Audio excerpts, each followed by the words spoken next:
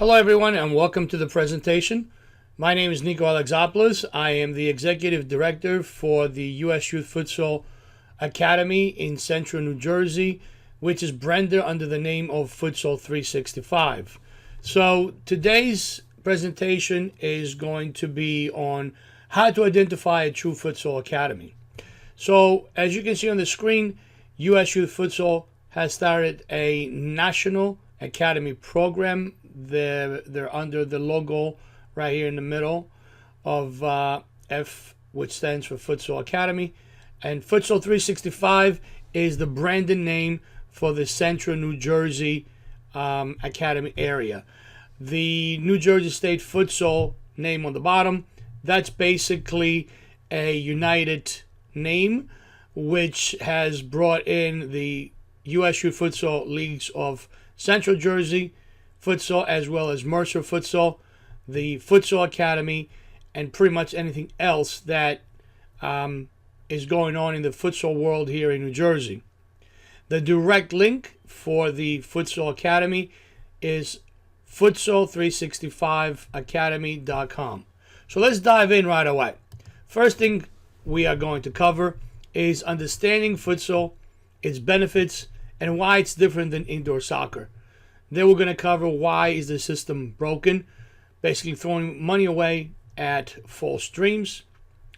Under what cost is a college or a pro athlete made, which also includes futsal. And what is a true academy and what's the purpose? We're going to cover the quote-unquote fake academies. Seems to be all about the money. And lastly, we're going to cover other alternatives. So let's dive right in by understanding futsal, its benefits, and what's the difference between indoor soccer and futsal. So if you guys go ahead and Google, I took the liberty to Google what is the difference between indoor soccer and futsal, you'll get a bunch of different links, quite a few actually. One of the ones that I found interesting is right here, futsal versus indoor soccer. If you click on it, it gives you a pretty good indication what makes it different. So it says, how does futsal promote better technique? Just watch futsal players fight to keep the ball from crossing the touchline, and you'll immediately begin to see how futsal develops skill control and technique. A small-sided field with lines puts players constantly under pressure from other players and out-of-play boundaries. Players must learn to settle the ball rapidly, cut sharply, shield effectively, pass quickly, and move into space. Compared to a wall soccer or a large indoor soccer field, futsal places a greater premium on ball control. There's no reward for errant passes because the other team gets the ball. There's no reward for errant shots because the other team gets the ball immediately. There's no incentive to kick and run because the field is too small and packed with players. Players with a ball must use proper techniques to maintain control and must seek out other players in space. Players without the ball must move to a real space and must truly support their teammates. With futsal, the emphasis is clearly on control and technique. Without control and technique, you cannot expect to succeed in futsal and therefore in soccer. And if you as players are to be more successful in the international arena, well, don't have to go that far, but be more successful within their youth leagues, within your league teams, within their college confines, and furthermore, futsal is a great development tool. I'm not going to read the whole article. You're more than welcome to go ahead and read it. But one of the great things that I liked about this article is this phrase. There is no incentive to kick and run because the field is too small and packed with players. That does happen in the indoor game. So you may have indoor facilities that are a lot bigger. Actually, almost every indoor turf facility, the playing surface is a lot bigger than a futsal court. Therefore, kicking it from one side of the goal to the other happens just as it happens in the outdoor games. Now, before we move on to the presentation, and I actually forgot to mention as we started, this presentation is clearly not for everyone.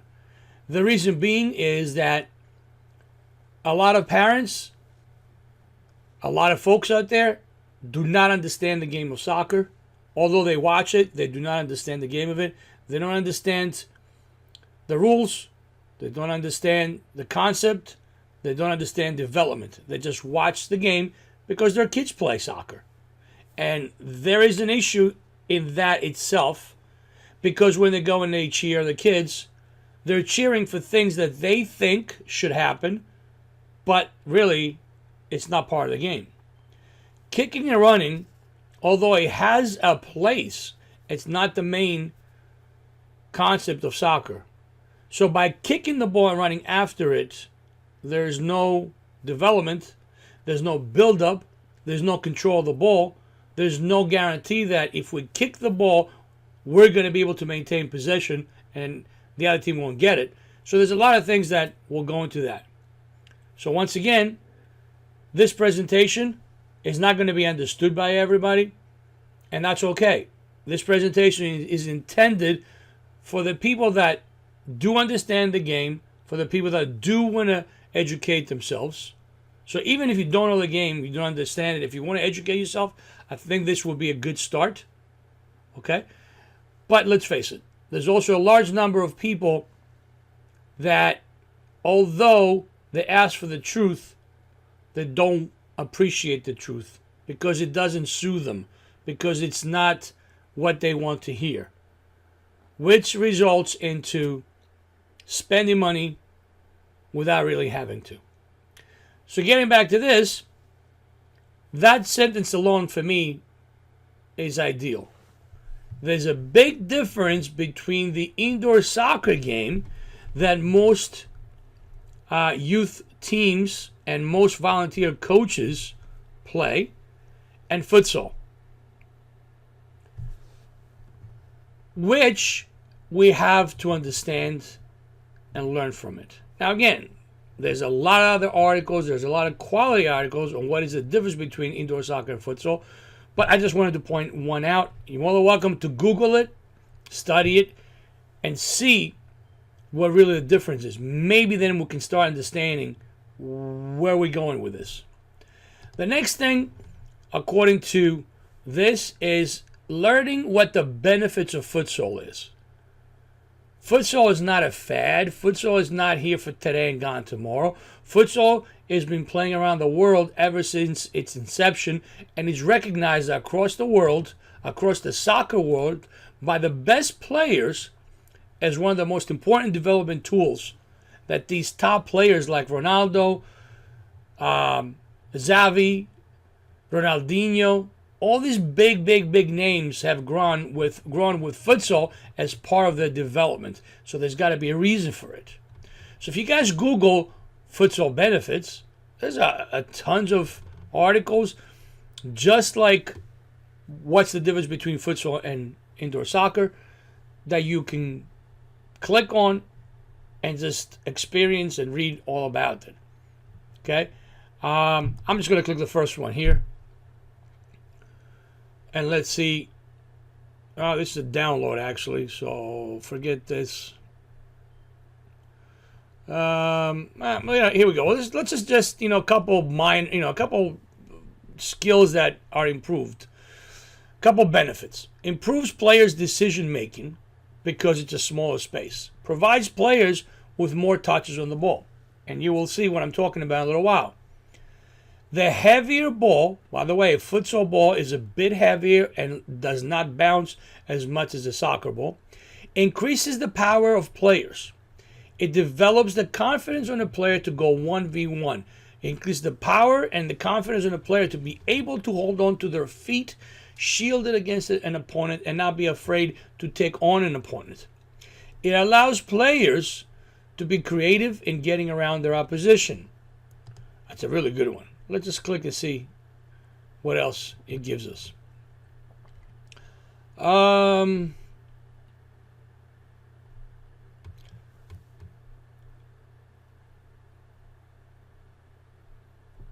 I guess you got to really read the article here. I don't want to take a lot of time on that, but we just went over a few basic benefits. But as I said before, just Google futsal benefits, and there's plenty of articles that will give you a better idea why futsal and what's its benefits. What I want to address next, okay, is the main difference between indoor soccer and futsal. So we address the benefits, we address what futsal is. Let's just see what I think is a tremendous benefit. So I found this video on YouTube. It's from the Ottawa District Futsal League, and it shows in a video format the difference between a futsal game and a indoor soccer game. So it says here, let's look at 4 2-minute examples of youth games. 2 on indoor turf and 2 playing futsal. I want to click this, and as it's playing, I've lowered down the voice so I can narrate. So there's 12:22 seconds to put the ball into play. So as you can see here now, we have small-sided game in a futsal space. These kids look like they're probably, I don't know, 7, 8 years old. And the space of this is a lot bigger than the futsal court. Now the video is counting the touches. Okay? So it's counting how many times players will touch the ball. So as you can see, the players are playing. Nice goal. And the video is counting the touches of the player. So 27.17 seconds to restart the game. As you guys can see here, the referee goes and helps him. Takes the ball. He's going to walk back to the center line. Put the ball down. And the video says it took 27.17 seconds to restart the game. Now don't forget, the game may be XYZ minutes. All these starts, stops, restarts are taking seconds away from the game. The video continues, and it keeps tracking the touches on the ball. 12.13 seconds to put the ball back into play. Note, the parent encouraging the players to put into play faster. You saw his hand going to the side. You know, put the ball in, let's play. Look how long it takes to go for the ball to be played in. Okay, so we keep counting. 21, 24. Ball goes out again. Now it's going to take 16.11 seconds for the goalkeeper to put the ball back in play. Put it down. And play. The referee's pushing all the players out. The goalkeeper's going to kick it. And we're going to start again. The touches. Nice goals being scored. Another 10 seconds wasted. 2 minutes is up. Okay, so let's see what the video tells us. In 2 minutes of play, there were 27 total touches on the ball, 44.3 seconds of actual playing time, and 75.97 seconds of interruptions. Here's another example. Now watch, as you guys are seeing this, right? The indoor space. Now this is 2, 3, 6, 7 players on the field. Look how big the space is. So the kick and run can still happen in this space. And the video just going to continue, keeping track of the touches on the ball. Okay? So you guys can see how big the space is. And again, most leagues around the country are kind of the same thing. 5v5 or 7v7. And, the space is pretty much equal. 21.1 seconds to put the ball into play. Note the coach telling the player to kick it long. Okay, so the coach is encouraging the player to just kick it long, to learn, to basically just kick it, and whoever gets the ball. There no encouragement to play a short pass to control the ball or have you. And the player, of course, follows the coach's instructions. Video keeps counting the touches. We're up to 22. Okay.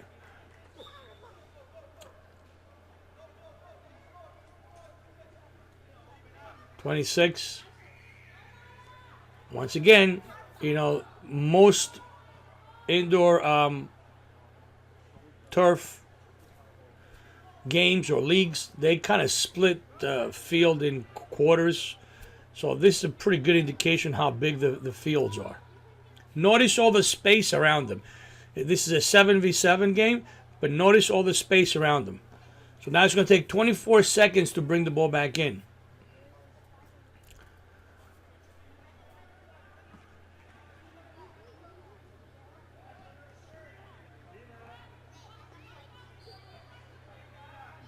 Player will kick the ball back in.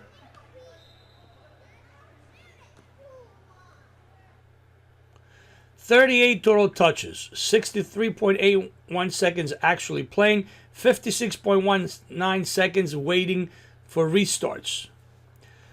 I hope you guys remember those numbers. Now, let's count futsal touches in 2 minutes. Now, this is a futsal court right away. It's a much smaller field. Watch the touches. Ball goes out of bounds. 2.23 seconds. It gets restarted again. That's futsal rules, by the way. Got 4 seconds to put the ball in play. 5.23 seconds. Touches again. 3.4 seconds to get the ball back in play. Counting the touches. And again, this is not high-level futsal, folks. You'll see later on when I show you the academy videos the difference between futsal. This is a very low-level futsal. So obviously the control is not there. The player's not at the highest skill level. However, okay, the time that they bring the ball back in is a lot quicker. The amount of touches is a lot more. They play a lot more. Nice goal. 12.26 seconds to get the ball back in. Part of it, again, as I said, is the court, the playing space is a lot smaller. There's no kick and run here. There's no room to kick the ball and run. Okay, a lot of action. 2 goals in a matter of what? 30 seconds? Once again, keep in mind, this is a lower level futsal game. The players are lower skill level players. However, the fact that there's a lot of action, there's a lot of goals being scored, there's a lot of excitement, it promotes a much more fun environment, not only for the fans, but also for the players that are playing in the game. Okay, so the video keeps counting touches. We're up to 43 touches, by the way. So let's just see.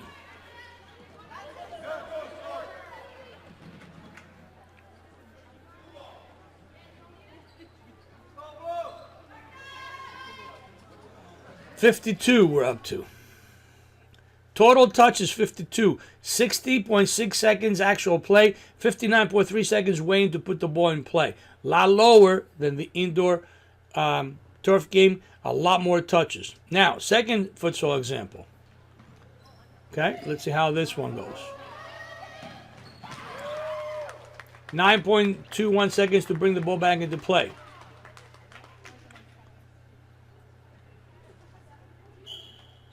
Again, smaller field, smaller court space, more opportunities for 1v1s, more opportunities for shots.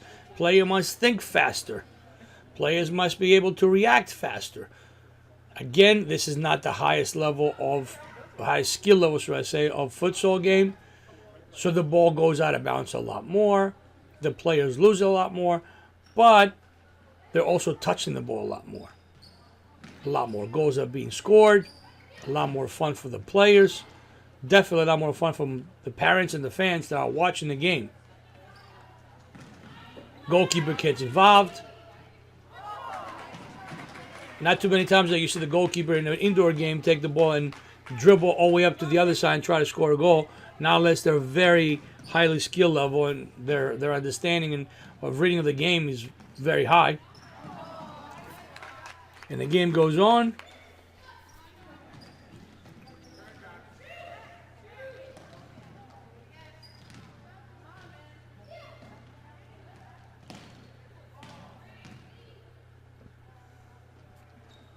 .9 seconds to get the ball back in.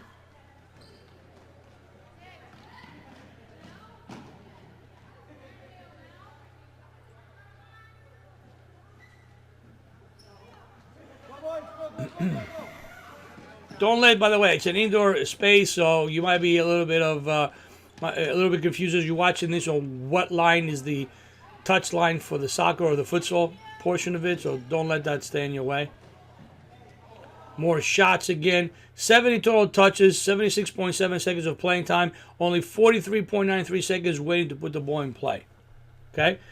So the purpose of this video, once again, I'm going to pause it here, okay, is example 1, total touches 27 in turf, 44 seconds of playing time, 75.97, almost 76 seconds of waiting the ball to come into play. The same example in turf, 52 seconds of, 52 touches, which is almost double. Playing time is 60 seconds, 61 seconds almost. And the waiting time is by 20 seconds lower. The second example, from 38 touches on the turf, futsal is 70, once again almost double. The playing time is 13 minutes more, 30 seconds more, sorry. And then the time waiting for the ball to come back into the playing field is 43.93, which is a lot less than 56.19. So again, I suggest you guys can go back and watch this video by yourselves, comparing futsal to indoor soccer games and the time. I thought it was a very good video to address how much more playing time a futsal game has. And if you say, well, how is that important? Well, it's simple. The more a player touches the ball, the better they will get faster. The less they touch the ball, the longer it's going to take for them to get better at it. Okay? So more touches on the ball, more playing time, less waiting around, not to include all the other concepts of smaller playing surface, quicker decision makers by the players.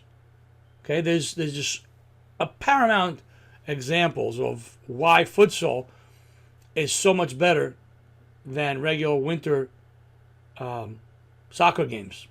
Okay, so with that being said, let's move on and let's address why is the system broken and why we are throwing away money. And what I say, at false dreams. Meaning that, unfortunately, people will tell you what you need to do by paying money so that your son or your daughter can become a better soccer player. So that your daughter or your son can play at a higher level, which may lead into a college recruitment or furthermore. I think that the system is such that by always paying to play, it kind of, manipulates our natural desire to see our kids excel, to see our kids play at a higher level, and we succumb to the request of, hey, if you pay, your son or your daughter will get better, which is not always true. Okay, so I just, again, Google is my favorite thing. So I Googled, about why is the system broken and, why is soccer hurting? How is soccer hurting in the youth levels? And I found this pretty good article. How US soccer can begin to fix its broken youth system. And if you speak to most soccer paid professionals, they will tell you that there's a lot of issues with youth soccer. There's a lot of issues with US soccer, period. No matter if you're at youth level, college level, professional level, all the way to the national team. And for those of you that may not follow soccer that much, last year was World Cup on the men's side, and the US team was eliminated by a team that actually made the World Cup, but they lost every game by big numbers. That team did not even belong in the World Cup.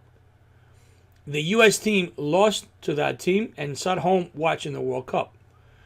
Since then, they fired the head coach, and it's been a year, and the US program, the US national program, still doesn't have a coach. And in my opinion, and most other paid professionals, they really don't have answers. They don't have a lot of answers or a clear plan on how they're going to approach the next World Cup, next qualifying. And by the way, those things, those qualification games are going to start fairly quickly. One of the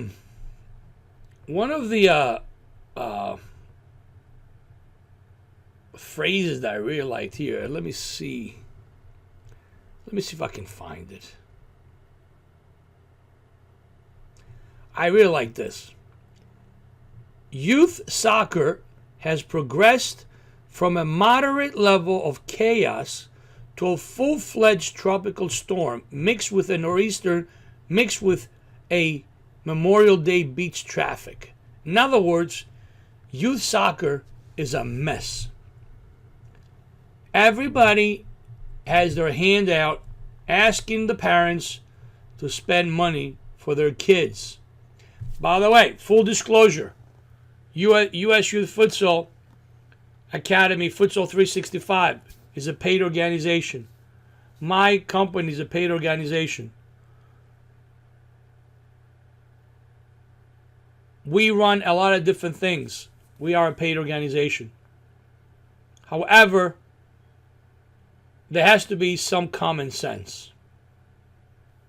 Number one, not everybody should be playing to pay soccer, or futsal for that matter. The prices that are out there make no sense. When someone is telling you that you're going by paying $5 or $10 per training session, they can make your kid a superstar, chances are it may not be accurate.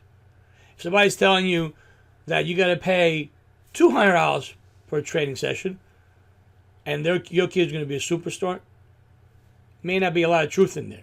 What I'm trying to say is there is a medium. There is a price that kind of makes sense on which trainer is doing what. So if somebody's telling you, well, I play for Manchester United, therefore I'm charging $200 an hour to train your kid, just because you played there doesn't mean you're a good trainer. There's a lot of great professionals, top-class professionals worldwide that have never coached because they were not good communicators.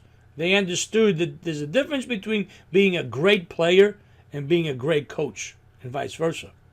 The same thing goes by somebody, well, I played in my country and I was the best player in my country. I never played, at the top level, but, they're charging $5, $10. So you have to be aware and do some homework about how you approach this. Okay? So let's move on. The next is under what cost is a college or a pro athlete made? And what do I mean by that? Very close to what I just said. And I see this happening every single year, everywhere. You have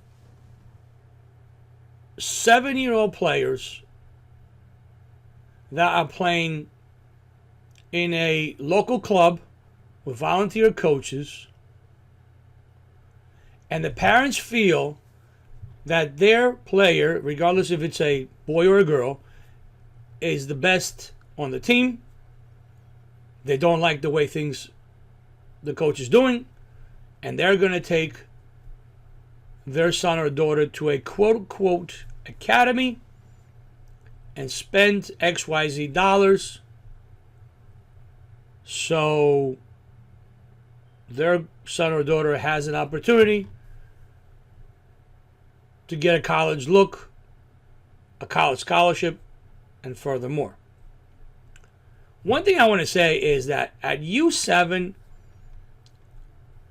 you don't know if your son or daughter is going to be playing soccer by the time they get to a recruiting age. And that's the beauty of youth sports. Nature reshuffles its deck every single season, not every single year. Because in a youth soccer environment, there is actually 2 seasons in a year. There is the fall season, and then there's the spring season. We're talking about outdoor soccer now. During the winter, there is your indoor soccer / futsal, or your summer for those who like to play, and they do the summer select programs, and therefore. But in club soccer, there's 2 seasons, your fall and your spring. So from season to season, that 7-year-old who is a firecracker and so much energy and aggressive and pretty decent skills for that age, of course, by the time they become 8 years old, they may not be the same player. Heck, by the time they're 10 years old, they may not want to play soccer anymore. And as parents, and I see this all the time, you go into a system, you're there for 2-3 years, you pay, and then your kid doesn't want to play anymore. Or your kid that used to play quite a bit now doesn't play anymore. Because let's be honest, that particular paid outfit's job is to keep recruiting players and keep putting the best possible team on the field. So new players come in, your kid doesn't mature, doesn't develop as quickly as or as fast as the new players that are coming in, and all of a sudden you're not playing anymore, but you're still paying. Well, if you are in a system, a paid system from U7, and your son or daughter are that good, and they do last in the system until they're 17 years old, 18 years old, where now they're going to go to college, do the math. Do the math. Here in New Jersey, and again, I'm doing this presentation for everyone, but in particular New Jersey folks, a U7 paid system will probably run you around $1,200 to $1,500. That doesn't include if you go to any tournaments, hotels, or anything else. That's just usually tuition. Some, outfits may throw in there a local tournament that you don't have to travel. Some. As they get older, the fee goes up. So now you got the $1,500 becomes $1,800, $1,900, $2,200, $2,500, $3,000, $3,500, $4,000, $4,500 if you're playing for a really top quality team that's playing NPL or even a DA. Do the math, and from 7 to 18 or 7 to 17, that's 10 to 11 years. I bet you spend about $50,000 easy between traveling, hotel costs, meals, this, that, beep, bop. I hate to tell you this, guys, but that's your down payment on a college education. That's not the only way to get there, by the way. Don't get me wrong. If you're a good player, you got to be proactive. You got to do some things. The reason why I'm bringing this up once again is because the probability of a youth player becoming a college player and more than that, play professionally, Google it. Less than 1% of these kids that are paying will ever get that level. And I see academies, or quote-unquote academies, because we're going to get into the definition of academy next, publicizing every year that they had 20, 30, 40 players commit to colleges. Once again, it's a numbers game. If you have 2,000 kids into your system, numbers-wise, some of the kids will make a college program. If you have 3,000, same thing. If you have 1,000, the more numbers you have into your program, the higher the probability that some kids will advance and, play at a higher level. Some will say, well, you got to be in a paid environment to go and play in the showcase tournaments. Not true. Not true. There's other ways to get it done. And even if you don't play soccer at all, if you're good enough and you just play for your high school team, if you know what college you want to go to, you write the coach, and then you go and you call what's called a walk-on. You try on. If you're confident that you can make that program or you can give a good showing, you go and try out. Colleges are always, college coaches, should I say, are always, eager to see talent. Very few schools that are very particular about who they allow on their fields. Very few schools. Most schools, and especially if you send a coach a video of yourself playing high school ball, we'll take a look at you. Be more than happy to take a look at you. So the cost that, that's going to take a player from the youth ranks to college to a pro situation, if that's possible, may not be worth it. And when you get to college, you realize the college game is not what most folks think about. That's a different video for a different time. So let's move forward. What is a true academy and its purpose? And I'm talking about now a futsal academy. So first things first, we're using the term academy here very loosely because most folks out there are used to hearing the word academy.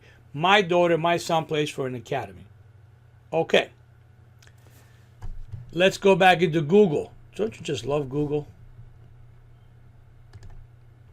What is an academy? A place of study or training in a special field. A place of study or training in a special field. That's the definition of an academy. The definition of a soccer academy, the definition of soccer academy, the way it has been intended all across the world, is a place of study or training in a special field, which is soccer, at no cost to the parents, because that particular academy feels that that particular player has enough talent that if we bring him into this environment and we develop them and we get them to a certain point, we, as the owners of the academy, can either feed them into our first team or possibly sell them to another club. There's some big-time academies around the world. Big time. Real Madrid, Barcelona, Manchester United, Liverpool, Juventus, they all have academies. They all bring kids in. But they don't just bring anybody. Why? Because there's no cost to the parents.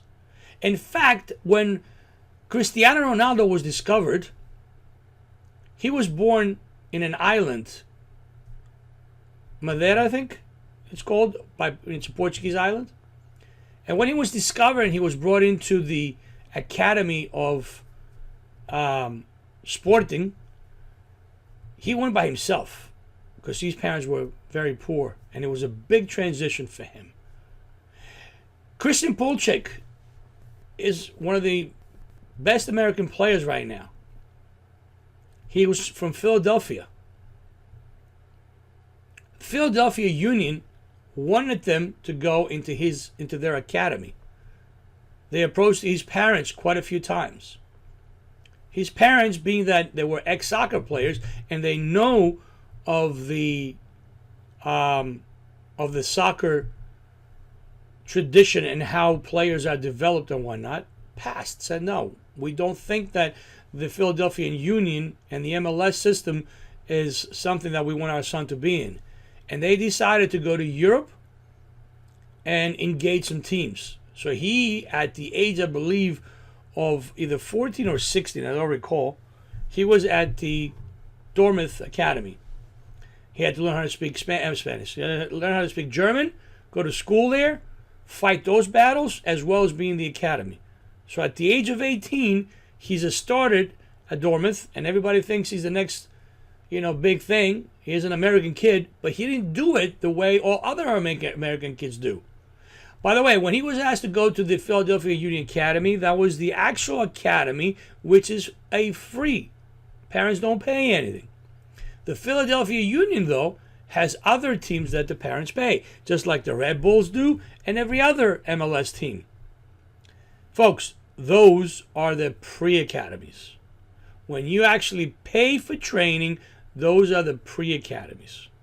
The academy is only for kids or for players, we're talking about soccer now, that we feel are strong enough and they have a good chance that if we develop them the right way, we may be able to get a benefit. So all our investment into their training, and by the way,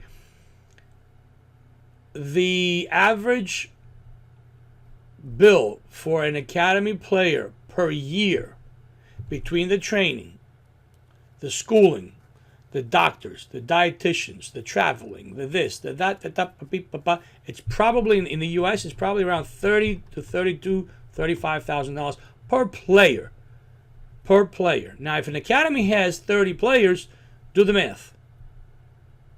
Do the math. You're talking about quite a bit of money.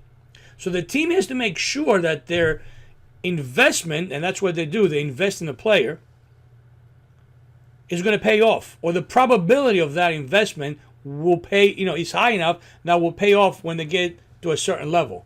They're not just going to take any kid because it's an investment. They have to make sure, does every kid that goes to the academy make the first team or becomes a quality player, maybe in MLS or overseas? Same thing with the European academies? No. And that's why the teams in the academies want to make sure that the probability is high. So now, coming back to the US Academy system, as you guys can see, you're really not playing for an academy. You are playing for a pre-academy. So if you're playing for City Stars, if you're playing for PDA, if you're playing for Red Bulls, okay, as long as you're writing a check, you're in the pre-academy. Now, if your kid is that good, the academy directors will come knocking and say, hey, listen, we want you on our first team. Because PDA has a team that they pay nothing. Red Bulls have a team that don't pay nothing. Philadelphia Union has a team that don't pay nothing. City Stars has a team that don't pay nothing. But you understand how it works? For the one team that's a true academy, there's 100 other teams underneath them that are pre-academy. And those pre-academy teams are helping to fund the academy. The reason why I'm getting into this conversation, I'm explaining this to you, is that because, again, although US Youth Futsal has an academy program and it has a level of a free academy, we're going to use the term academy loosely. So I just wanted to make sure that we understand what we're talking about. Okay? So let me just delete some of these things out of here. All right, let's go back to our presentation. So we addressed what is a true academy and what its purpose is. I hope you guys understood that. The US Youth Futsal Academy is set up. This is a national program. Let me just go back into the US Futsal Academy's website. This is a national program which it was released this year, June 2018. So we are in its inaugural season. So if you go to usyouthfutsal.com, US Youth Futsal, right now in the US, there are two national organizations. It's US Youth Futsal or US Futsal. Those are the two national organizations that are recognized by US Soccer as futsal organizations with a purpose. US, I'm not going to get into which one does what and whatever, but these are the organizations nationally with quality organizers, quality people in them that are looking to not only promote the sport of futsal itself, they're looking to help develop players by using futsal. Okay, US Youth Futsal has in its hierarchy Pete Vermees, who's the ex-U.S. national team player, Kansas City coach. We have Keith Tozier as a technical director, who is the men's U.S. men's national futsal team ex-coach. We have a lot of national and international coaches that all they do is futsal. So why I brought you in here is because I wanted to address, quote-unquote, the academy. So on June 3rd, beginning of June or middle of June, somewhere there, that the futsal program was announced. This is a National Futsal Academy program that will have a unified curriculum that has to be followed by all the academies throughout the U.S. The goal of that is to basically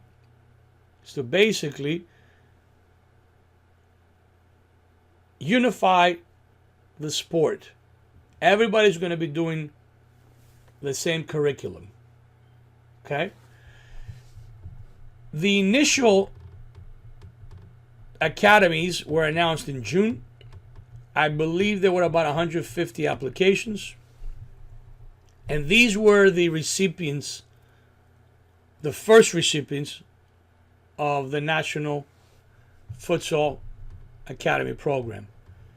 Futsal 365, we're right here, is one of those academies. So there were 2, 4, 6, 8, 10, 13, 17 academies across the nation. And as you guys can see, California, Michigan, Georgia, North Carolina, Ohio, South Carolina, Indiana, Kansas City, New Jersey, this is us right here, Virginia, California again, Kentucky, Indiana, Virginia, Ohio, Texas.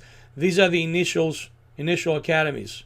Now there's another group of academies that are going to be announced very shortly as the program expands.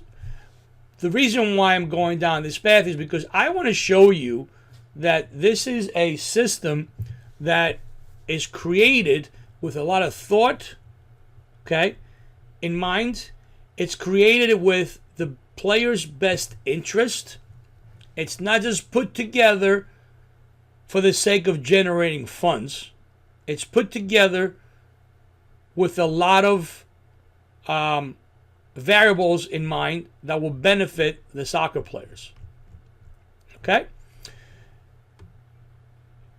So, once again, I'm going to remind you guys, United States Youth Futsal Academy program, right now we are in the initial year, and we are still in a pre-academy status, because all the players that we're going to try out and recruit, they are going to be paying a fee to play in an academy, in this academy.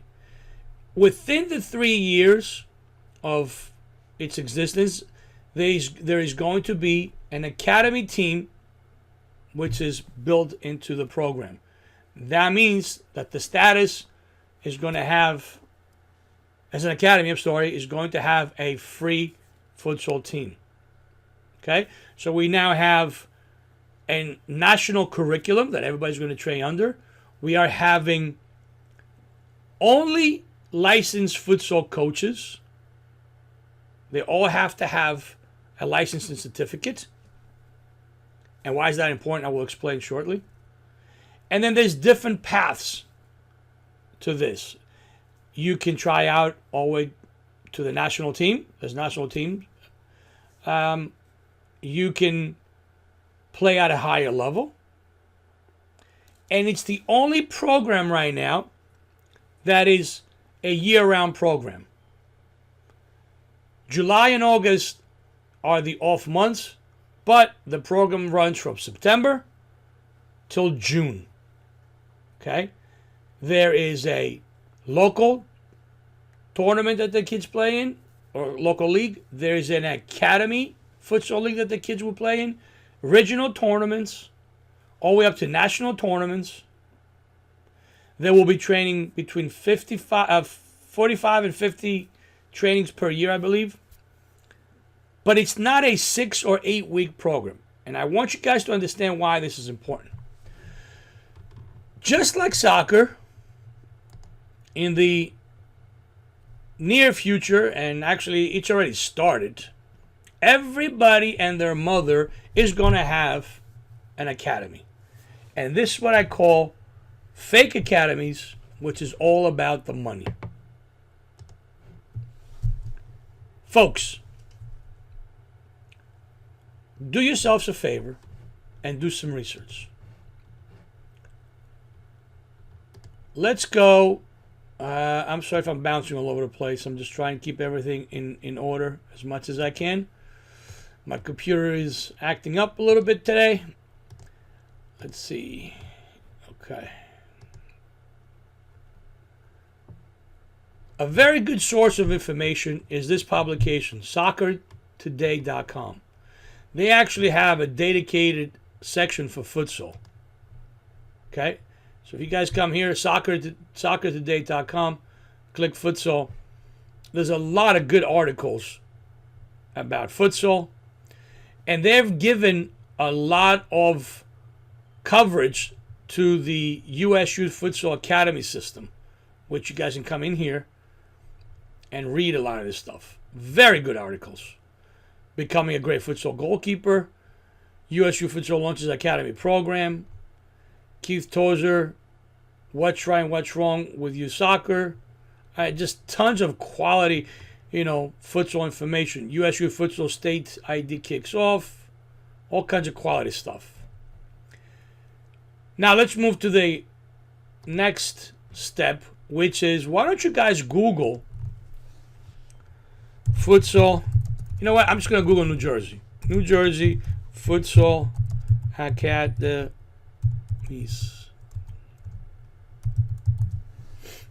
See what comes up. All right, so we got the first one here, Coastal Sports Futsal Academy Training, Coastal Sports. So I'm just going to click on that.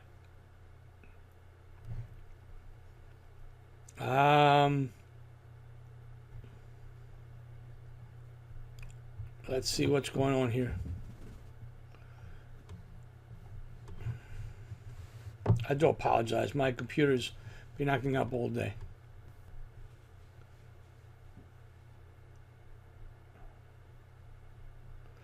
All right, so they have U8 and U9 teams, U10 to U18 teams, futsal training, league play, state cup, futsal training, league play.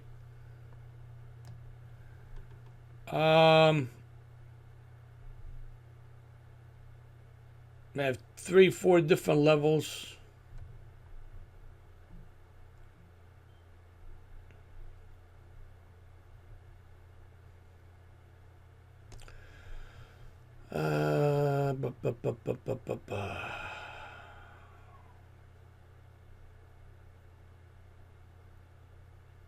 Trying to see.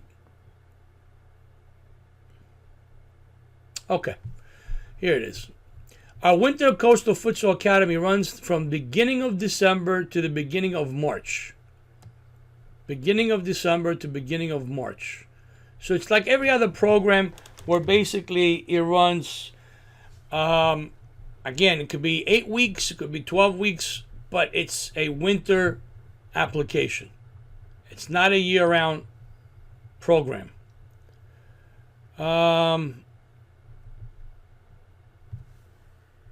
Liverpool Academy. Let's check this out.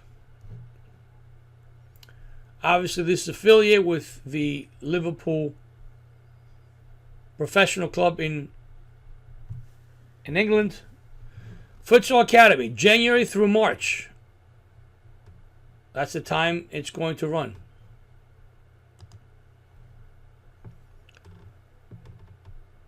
GPS New Jersey Futsal League.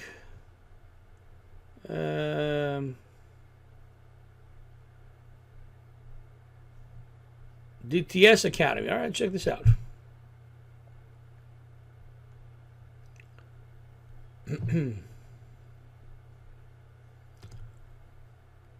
Oh, there it goes. Futsal, look at this. Futsal right front and center. Futsal Academy.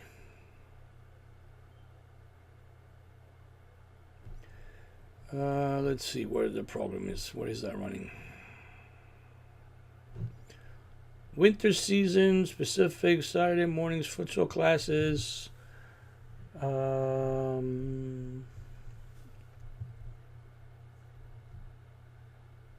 play futsal.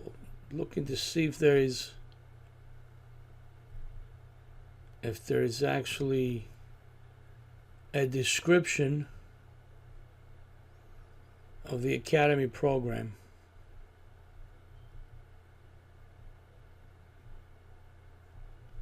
This is the tryout dates.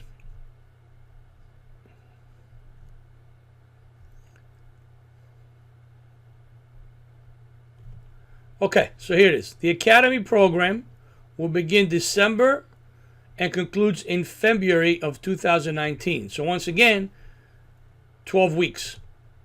The program includes one time per week team training, at soccer centers. Okay? All right, so I did 3. I don't want to keep going, guys. You can go and, Google yourselves.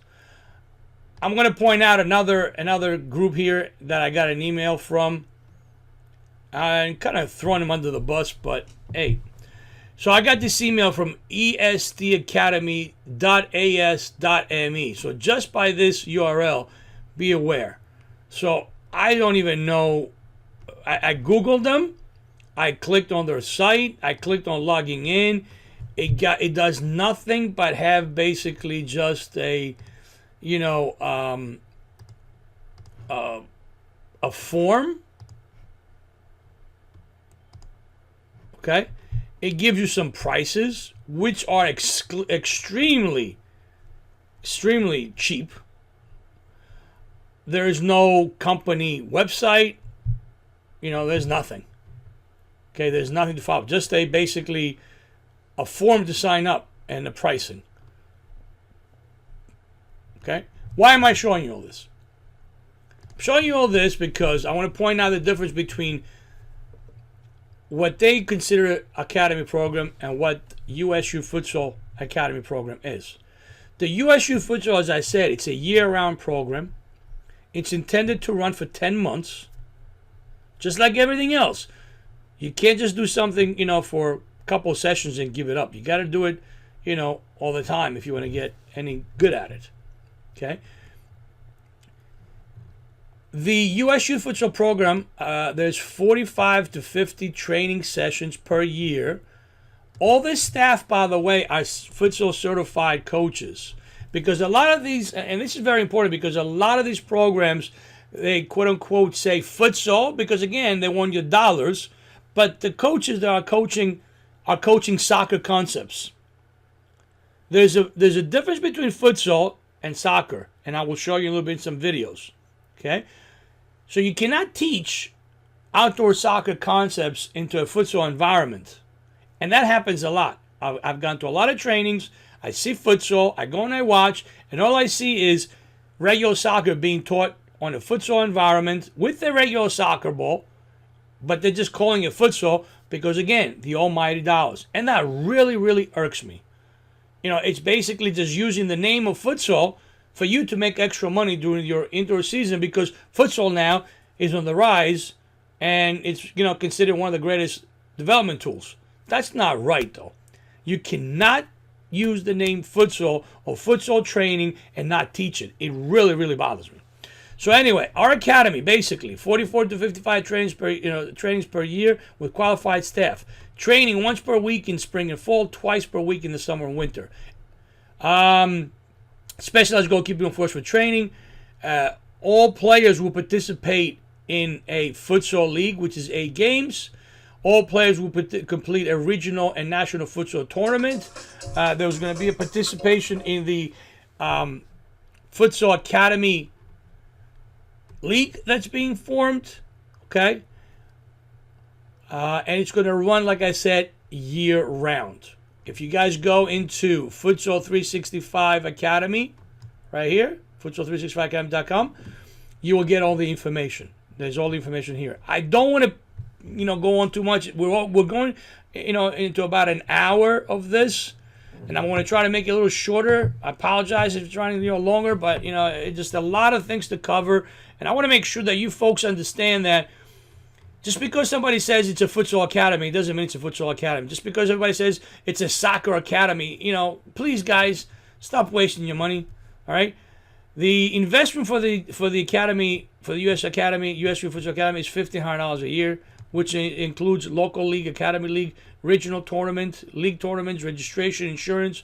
Okay, you're basically paying a deposit of $100 for the insurance and your past registration, and then $156 goes into the academy. The $100 goes into the US Youth Futsal organization that gives you your insurance, your registration, and everything else that you need. $156 goes in directly to the academy, and then there's 9 monthly payments of $156, bringing the total of $1,500. So it's very, they make it very easy for you to participate and and quite a bit of affordable. Now I did a little bit of math, okay? So what I did is the annual academy fee is $1,500. You're getting training sessions of 50, league games 8, academy league games 9, regional tournament minimum 4. That's 71 basically training sessions, including games and tournaments. 1,500 divided by 71, you look at $21.13 per session per player. Once again, please understand, the futsal coaches are all certified. Okay, so if I'm going to go into our website, Soccer Skills is my parent company. So when I go in there and I click futsal training, the first thing, one of the things that will pop up is my personal certification. Okay, NCAA Level 1 Futsal Diploma. So I have a certification diploma, and what we teach and what we coach is futsal specific training. Very important. You guys understand that. This is not soccer training. This is futsal. And why is that important, you ask? Okay, let me show you. So over the summer, I was in Kansas City for the national trials, where basically you had national and international coaches from across the world come in and run the trials. Keith Tozier, who's the director of the program, was there, along with coaches from the US, Mexico, Yugoslavia, Poland, Serbia. I mean, they were just guys from all over the place. But I want to show you like something. So I want to just play a little video here with Coach Diego from Mexico. And maybe you understand what I'm trying to explain. Again, futsal is in a smaller environment, not much bigger than a little bit bigger than a basketball court. Let me kind of rephrase that. So when it comes to the tactical stuff, oh man, what's wrong with my video player? Here we go. Okay. When it comes to tactical stuff, it's a bit different than indoor soccer or even outdoor soccer. However, it does help with outdoor soccer. So as you guys can see here, this is Coach Diego. He's from Mexico. He's explaining to the kids, a sequential, orchestrated exercise. So he's showing the kids how to make their movements, okay, into a futsal court. He's showing them how to move. He's showing them how to disguise their intention, but then go another way. So a lot of these things, because of the space that a futsal court is not as big as a soccer field, is not as big as a indoor turf field. Okay, a lot of those movements are basketball-like. Okay, basketball-like. So unless you guys can see the activity.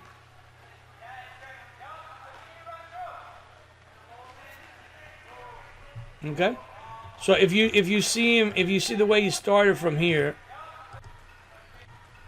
Hold on a second. Okay, I'm going to pause it, right, as this goes by. So he's going to participate in the exercise with the kids.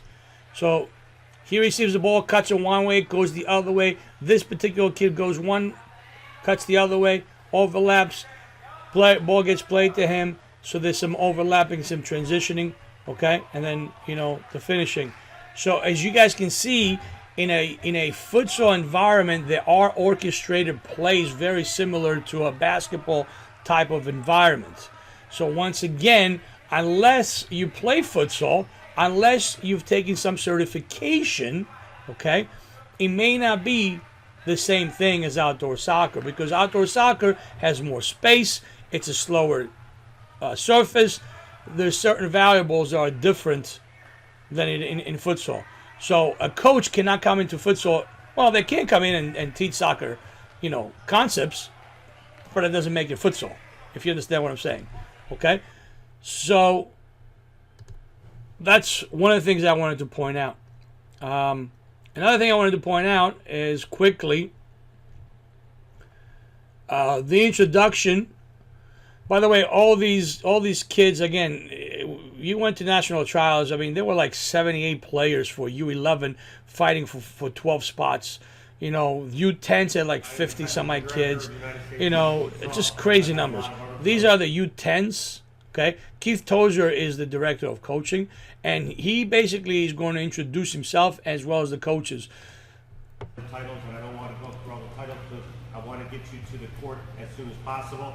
Along with our great staff, want to congratulate all of you for being here. We've seen 2,000 players and 22 state IDs across our great country, and you are the cream of the crop.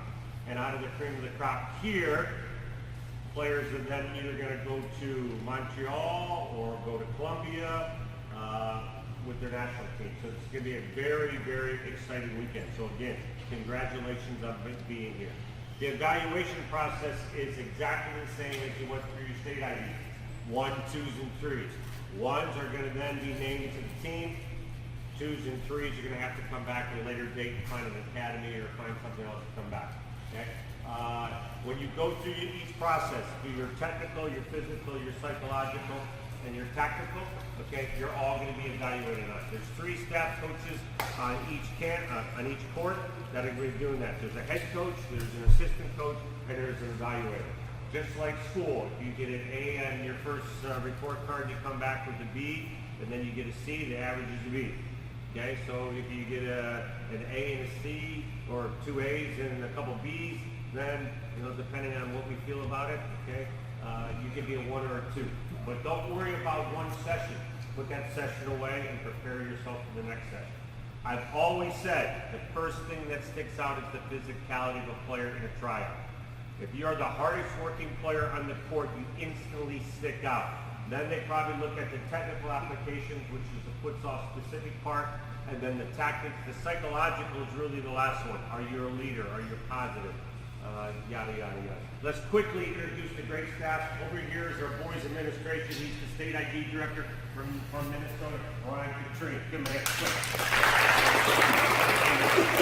From Northern California State Director James Kavanaugh. New York State Director Hawk Craig Caravan. From San Diego, California, Danny Madrigal. Coach Dante Garcia from Columbus. The legend of Richmond and Virginia, Joe Farrell. Was the player and head coach of Serbia's national team, Dusan. Coach Tom from Vermont. New Hampshire, I get it mixed up. Okay. Vermont over there. Okay, from ADK, the state director for Michigan, Coach Tozier. Doesn't speak any English, he just came from Mexico, one of the top coaches in Mexico, Coach Diego.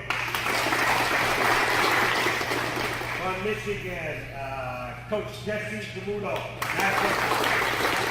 US Futsal National team member. Okay?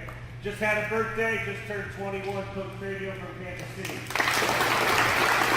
One of the best goalkeeping instructors in the entire world, Coach Mark Lincoln. Former national team player, MISL All-Star, 10-time MISL champion, Coach Lee Tishantra. One of the top well-known coaches in Missouri, Coach Decker. Okay, so as you guys can see, I let the video run because I wanted you guys to hear some of the coaching staff that's with US Youth Futsal. Again, as a member of the US Youth Futsal Academy, you basically have access and you will encounter not only national coaches but international coaches as well. I wanted to go over to make sure that everybody understands what identifies as a true futsal academy.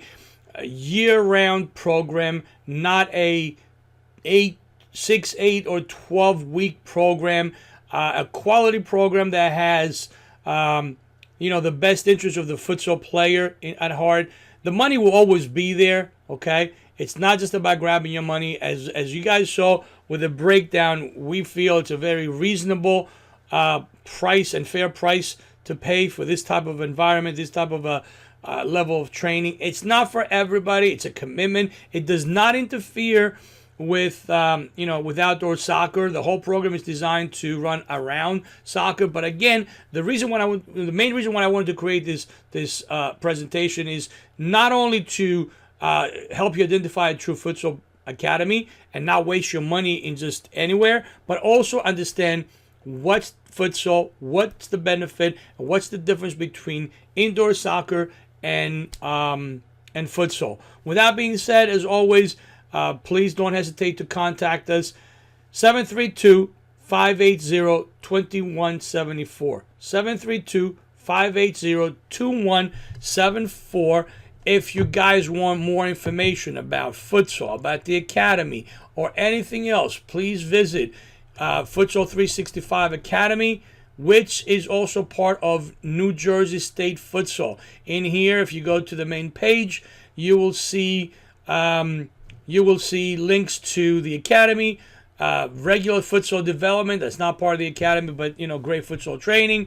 Locations are where we're running futsal leagues, the national team trials, international tours, as we send players overseas to play futsal. All kinds of great information that we hope that it inspires young futsal players to continue play or to even begin playing. Our programs start as young as 2 years old, teach them how to play futsal, which is a great environment because, again, small space, easier to play with the kids. They don't have to run around crazy outside in a bigger space. It's much easier, much more control. Parents, if you wish to get on our update list, there is a link here. There's testimonials. Okay, you can sign on. Get all the updates right here. I hope I covered all your questions. If I haven't, feel free to contact me at the phone number I gave you. Until the next time, have a great end of the outdoor soccer season, and looking forward to seeing you guys all indoors at a futsal court.